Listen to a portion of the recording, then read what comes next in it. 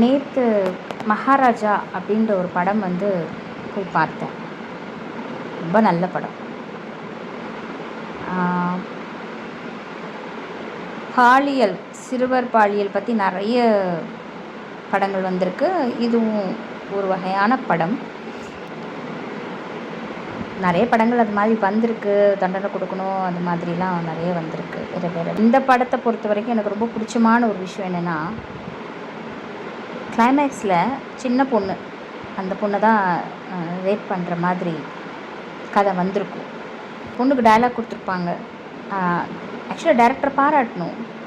என்னென்னா, அவர் எப்படி கொண்டு போயிருப்பார் அப்படின்னா, அந்த பொண்ணு சொல்லும், கடைசியில் அந்த வில்லன்களை பார்த்து சொல்லும்,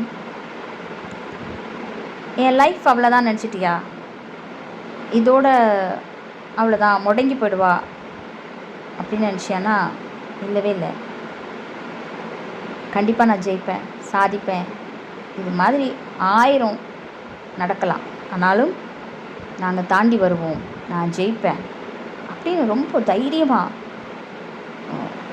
ரொம்பவே தைரியமாக அந்த பொண்ணு பேசியிருக்கோம். டைலாக் ரொம்ப தைரியமாக சொல்லும். என்ன பார்த்துட்டே இருக்க அப்படின்னு அவன் கேட்கும்போது சொல்லவும், இந்த வக்கரை பிடிச்ச மூஞ்சியை நான் பார்க்கணுன்னு ஆசைப்பட்டேன், அதான் பார்த்தேன் அப்படின்னு சொல்லும்.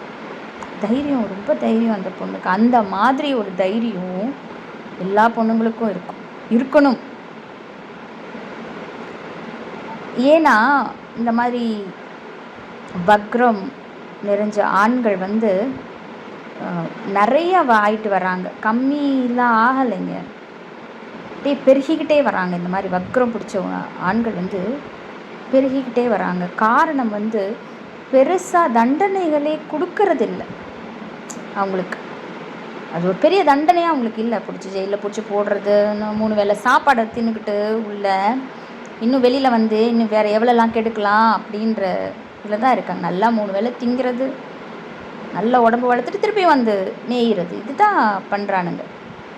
அவங்களுக்கு பெருசாலாம் தண்டனை கொடுக்கறது இல்லை. இந்த தண்டனை கொடுக்காதனால நிறைய தப்புகள் நிறைய பேர் பண்ண ஆரம்பிச்சிட்டாங்க. பயங்கிறது இல்லாமல் போயிடுச்சு. இல்லை, பயம் இல்லைன்னு அந்த தப்புகள் பெருக ஆரம்பிச்சிருச்சு. அதனால நம்ம குழந்தைங்களுக்கு, பெண் குழந்தைங்களுக்கு, ஐயோ இப்படி ஆயிடுச்சுடா, ஐயோ உன் வாழ்க்கை போச்சே, இல்லை நான் பொத்தி பாதுகாக்கிறது, இந்த மாதிரி ஆண்கள் இப்படி இருக்காங்க அப்படி இருக்காங்கன்னு அவங்கள பொத்தி அவங்களோட ஆசைகளும் அவங்களோட கனவுகளையும் நம்ம கட்டி வைக்கிறது, இந்த மாதிரிலாம் பண்ணாமல் தைரியமாக விடுங்க. சந்திக்கட்டும், எதுவாக இருந்தாலுமே சந்திக்கட்டும், சந்தித்து மீண்டு வரணும். அந்த பொண்ணு அந்த படத்தில் பேசின அந்த தைரியம் நம்ம வீட்டு குழந்தைங்க ஒவ்வொருத்தர்கிட்டையுமே இருக்கும். நீலாம் என்னடா பெரியவன், என்ன பெனால் பண்ணுடா, நீ என்ன அடி அடித்தாலும் நான் நிமிர்ந்து நிற்பேன், திருப்பி ஜெயிப்பேன் அப்படின்ற வைராக்கியம், திமிரு அந்த பெண் குழந்தைங்களுக்கு நம்ம சொல்லிக் கொடுக்கும். அதுக்கு நம்ம பின்னாடி அந்த குழந்தைங்களுக்கு நம்பிக்கையாக நிற்கணும், தைரியமாக நம்ம நிற்கணும். பெற்றோரா, ஆசிரியரா, இல்லை சமூகத்தில் இருக்க ஒரு பெண்ணாவோ இல்லை ஒரு ஆணாவோ, ஒவ்வொரு பெண் பிள்ளைக்கு பின்னாடி நம்ம நிற்கணும். அப்படி நின்னால் மட்டும்தான் எந்த தண்டனையுமே கிடைக்காம, எப்படி சொல்கிறது, ரொம்ப இதுவாக சுற்றிட்டு இருக்கானுங்களா வக்ரம் பிடிச்ச அந்த ஆண், அவங்களுக்கு ஒரு பெரிய தண்டனையாக இருக்கணும். உயர்ந்து நிற்கணும் பெண்கள். இதெல்லாம் தாண்டி, இதெல்லாம் ஒன்றும் இல்லைடா, நான் வருவேண்டா, ஜெயிப்பேண்டா, முன்னாடி நான் ஜெயிச்சு காட்டுவேண்டா அப்படின்னு நிற்கணும், வின் பண்ணணும். கண்டிப்பாக வின் பண்ணுவாங்க. இந்த ஜெயிக்கணும். இந்த மாதிரி வக்ரம் பிடிச்ச ஆண் மத்தியில் பெண்கள் கண்டிப்பாக ஜெயிக்கணும்.